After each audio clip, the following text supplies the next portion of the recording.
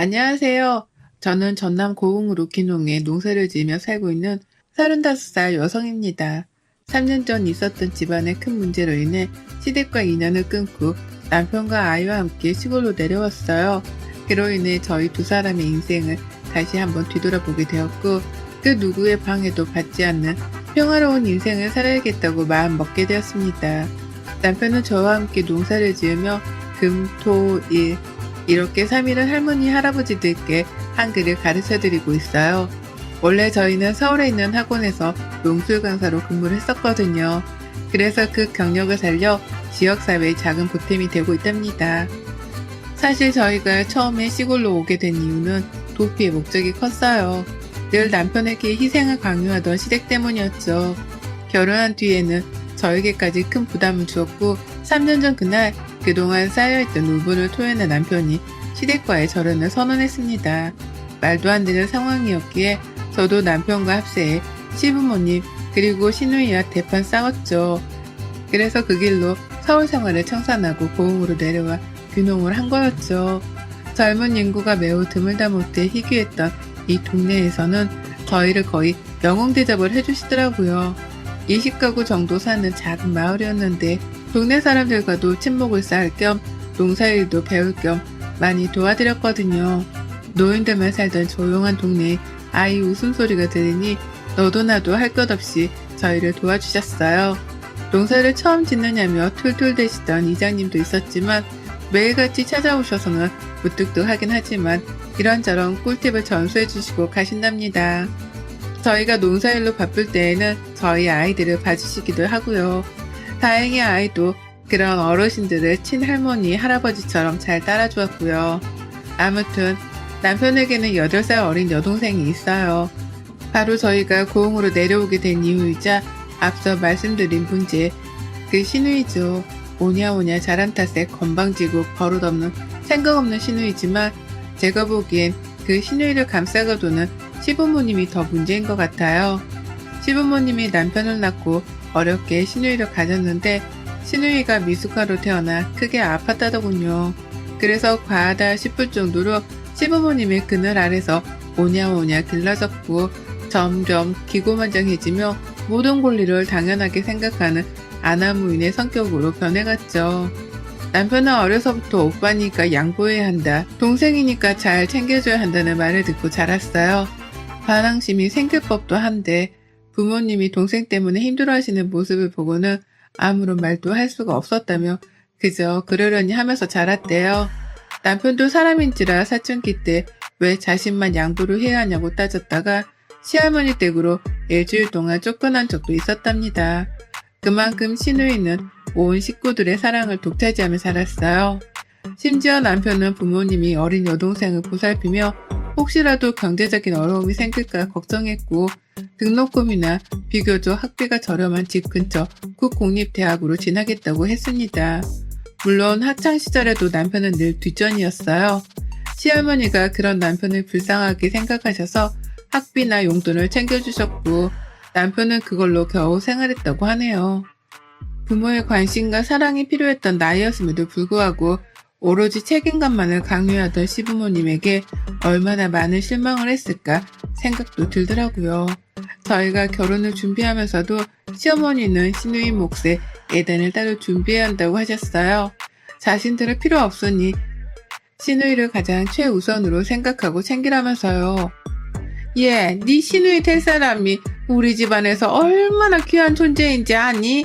예단임을 할 때는 우리 거 굳이 준비 안 해도 시누이 거 꼭 챙기거라. 비싸고 좋은 거 잘 골라서 대접해야 한다 이 말이다. 섭섭하지 않게 알아서 잘 하리라 믿는다. 배울 만큼 배웠으니 어느 정도 생각은 있겠지. 언니 들었죠? 우리 엄마가 이렇게 통이 크다니까. 나 백화점 가서 내가 직접 고르고 싶은데 그래도 되죠? 내가 안 하려고 했는데 하도 해야 한다고 그러네. 그래서 말인데 이번 주 주말에 나랑 같이 백화점 가요. 저희가 결혼을 28살에 했어요.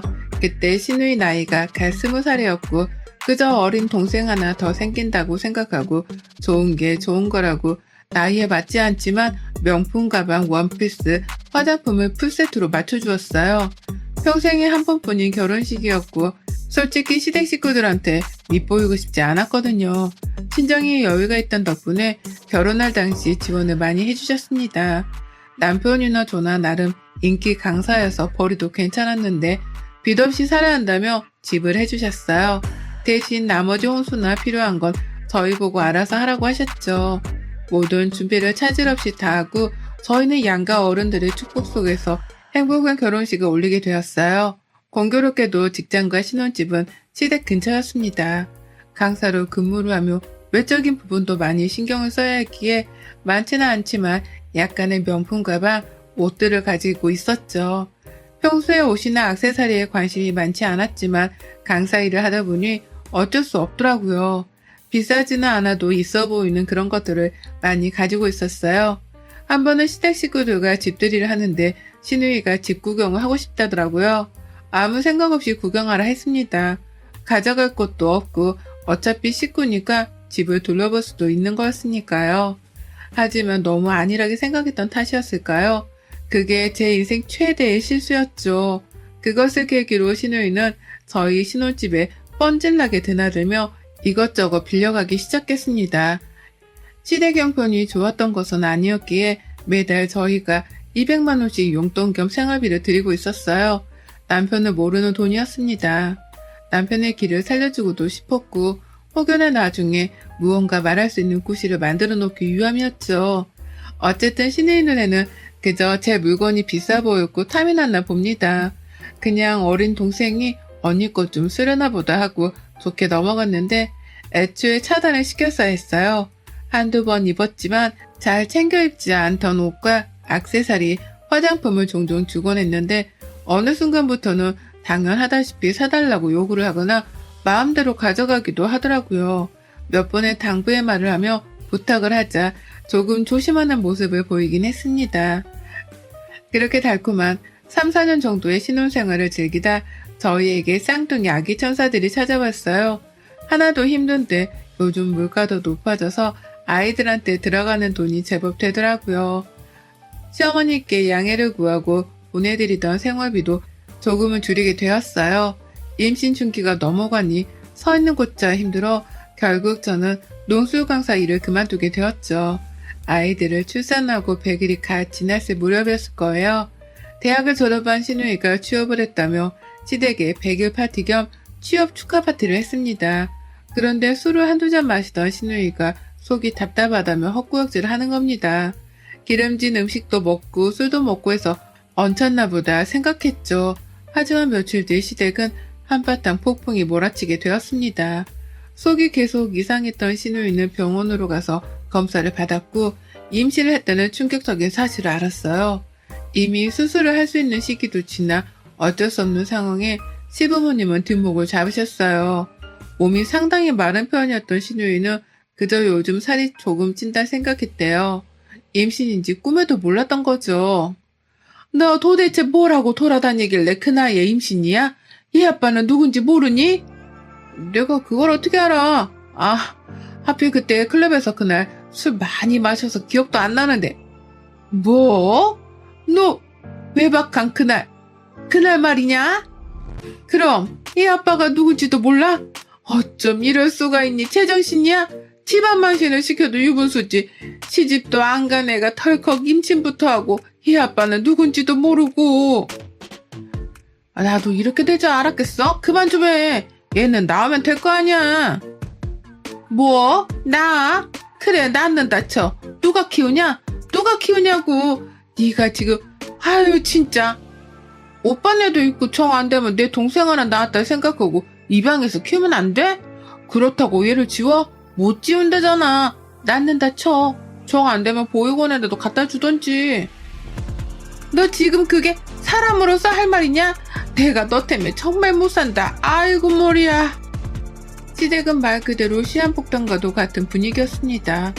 신우의 임신 사실을 알게 된 시아버지는 깊은 한숨을 내쉴 뿐이었죠.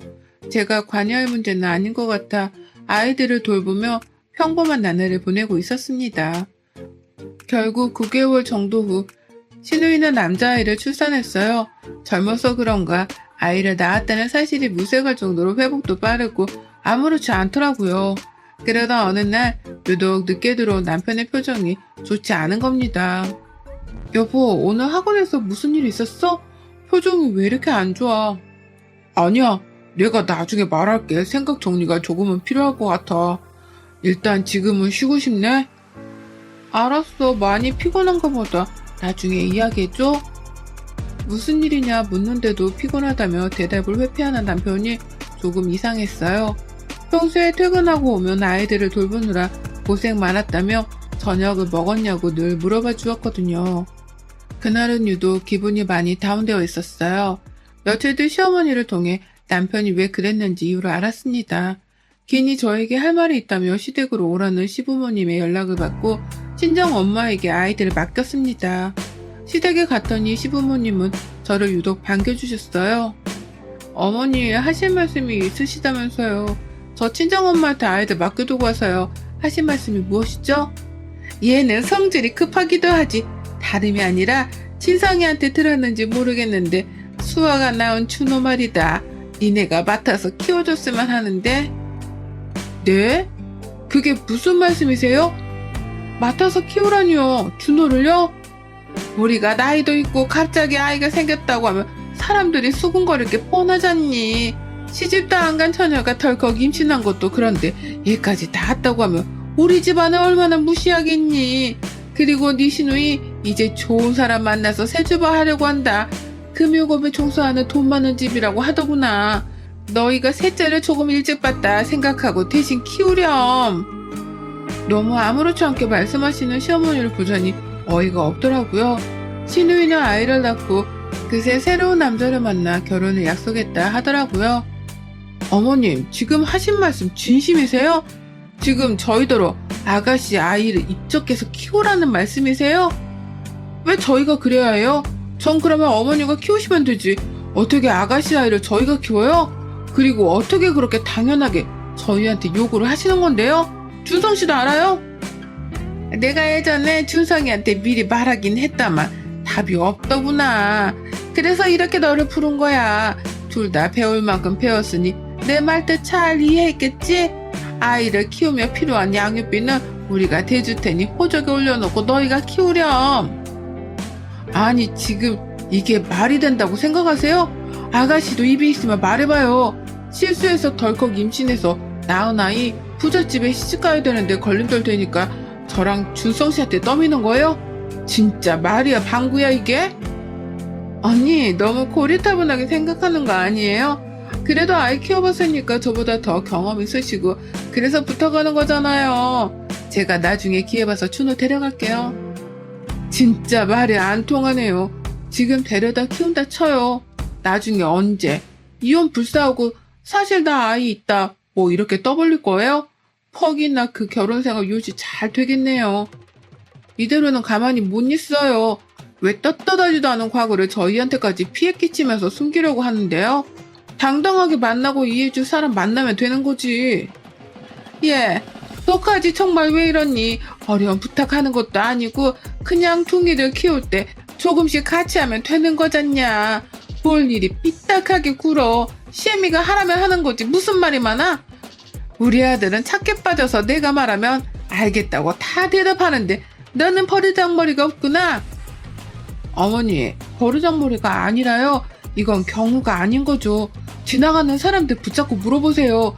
시누이가 원나잇으로 낳은 아이 시집가야 하니 대신 키워야 한다. 동의하냐? 물어보면 하나같이 미쳤냐 그럴걸요. 저는 제 상식 밖의 행동이라고 생각됩니다. 못 들은 걸로 할게요. 정말 기가 차더라고요. 어떻게 눈빛 하나 안 변하고 저딴 부탁을 할 수 있는지 의문이었어요. 시어머니가 입적해서 자기 아들로 키우면 될 것이지 굳이 왜 저희가 키워야 하는지 이해가 가질 않았죠. 그 길로 집으로 돌아와 남편과 친정 부모님에게 이 사실을 알렸습니다. 남편은 친정 부모님 앞이라 어쩔 줄 몰라 했고 부모님은 이럴 거면 이혼하라고 노발대발 하셨죠. 남편은 분을 이기지 못하고 시댁으로 갔습니다.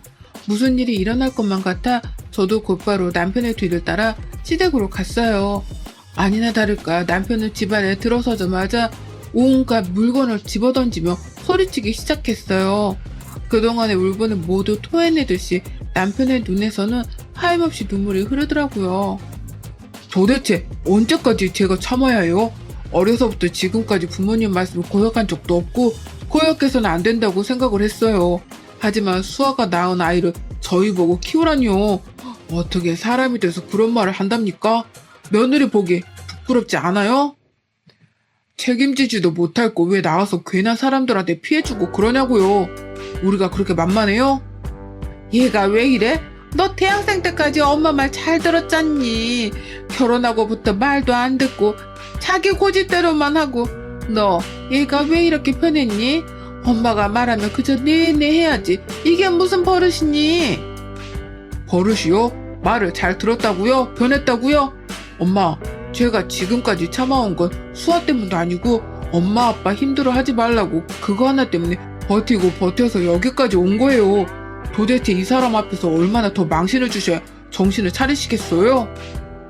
어릴 땐 고분고분 하더니 머리 크니까 엄마한테 막 뛰드네. 너 내가 그러라고 가르쳤니? 어디서 못 배워먹은 티를 내고 있어. 네 조카도 자식이다 생각하고 키워줄 수 있는 거지. 그래요, 키운다 쳐요. 지금까지 엄마가 하는 말 다 듣고 할 것도 다 했어요.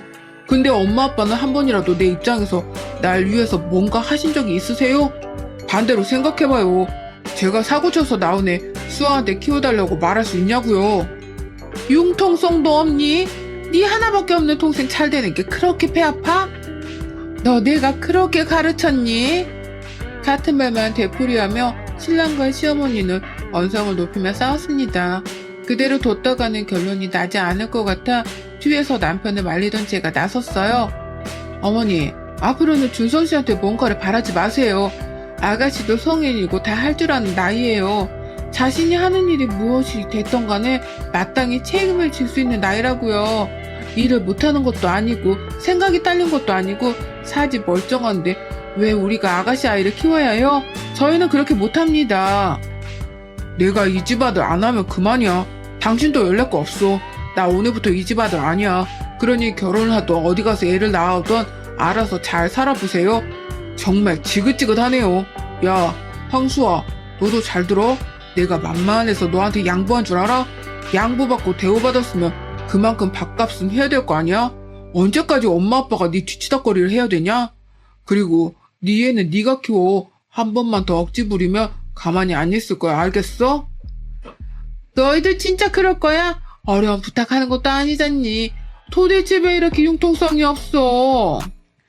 어머니, 지금 융통성이라고 하셨어요? 저 다시 한번 말씀드리지만 그렇게는 못해요. 차라리 저희 없다고 생각하시고요. 말도 안 되는 일 억지 부려가며 저희한테 괜한 상처 주지 마시고 알아서 해결하세요. 그렇게 남편을 끌고 나와 집으로 왔어요. 분이 풀리지 않았던 남편은 연거푸 술을 마시기 시작했습니다. 다음날 숙취를 이겨내고 남편은 무언가 결심한 듯 집을 나섰어요. 며칠 뒤 신우이는 남자 측에서 파혼을 선언했다고 하네요. 아이가 있는데도 숨기고 결혼하려 했다면서 혼인빙자 사기죄로 감옥에 들어가고 싶지 않으면 똑바로 처신하라며 싫은 소리까지 들었답니다. 신우이와 시어머니는 저희 보고 노발대발 하셨죠. 알고 보니 남편이 매제된 사람을 만나 현재 모든 상황에 대해 말해주었다고 합니다. 그 말을 들은 상대방은 급격하게 표정이 굳어졌고 결국 신우이에게 파혼을 선언했던 거였죠.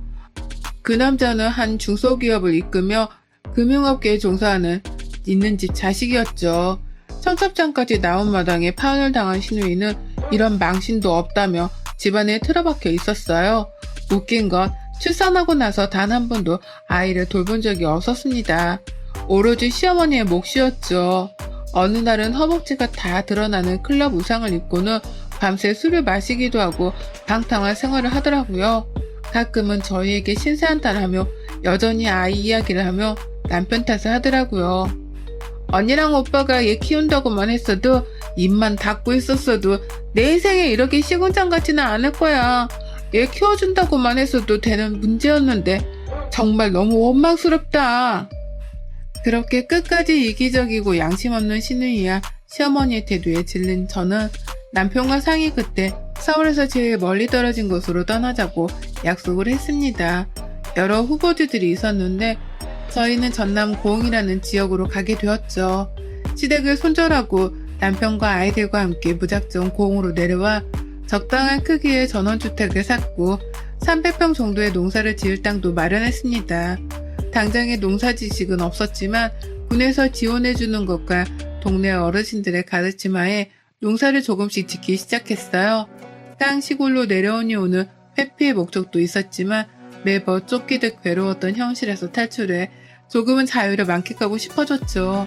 그렇게 고흥으로 내려오고 시간이 꽤 흘렀습니다. 둥이들도 맑은 공기를 마시며 이리저리 뛰어다니게 바빴죠. 동네 어르신들이 많이 도와주신 덕에 계절별로 작물을 심어 팔아보기도 하고 저희가 먹기도 했어요. 남편은 서울에서의 생활을 그리워하는 듯 했지만 저와 아이들만 있으면 어디든 상관없다며 농사일도 배우고 할머니, 할아버지께 한글도 가르쳐드리고 있는 겁니다. 얼마 전에 우연히 듣기로는 신우이는 취직을 아직 못해 일용직 아르바이트를 전전하고 있다고 하더라고요.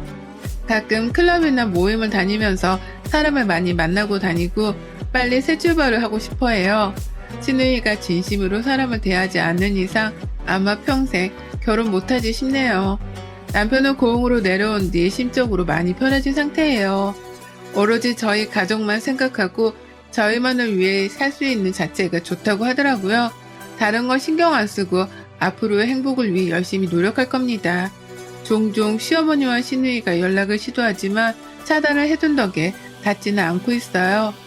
차라리 보육원에서 새로 입양을 해서 키우는 거라면 몰라도 시누이가 사고쳐서 낳은 아이를 저희가 맡아서 키워야 하는 건 법으로 정해져 있는 것도 아니잖아요. 상당히 어이없고 다시는 생각하기도 싫지만 시댁과 연을 끊고 지내는 지금 무지 행복합니다. 시골만의 특유한 감성이 있거든요. 아무쪼록 여러분들 중에도 저와 비슷한 상황을 가진 분이 계실지는 모르겠지만 인생 살면서 너무 착하게만 사는 건 많이 아닌 것 같습니다. 너무 배려하다 보면 저희 꼴 납니다. 저희는 앞으로 더 행복해질 예정입니다. 여러분의 생각은 댓글로 남겨주세요. 오늘도 시청해주셔서 정말 감사합니다.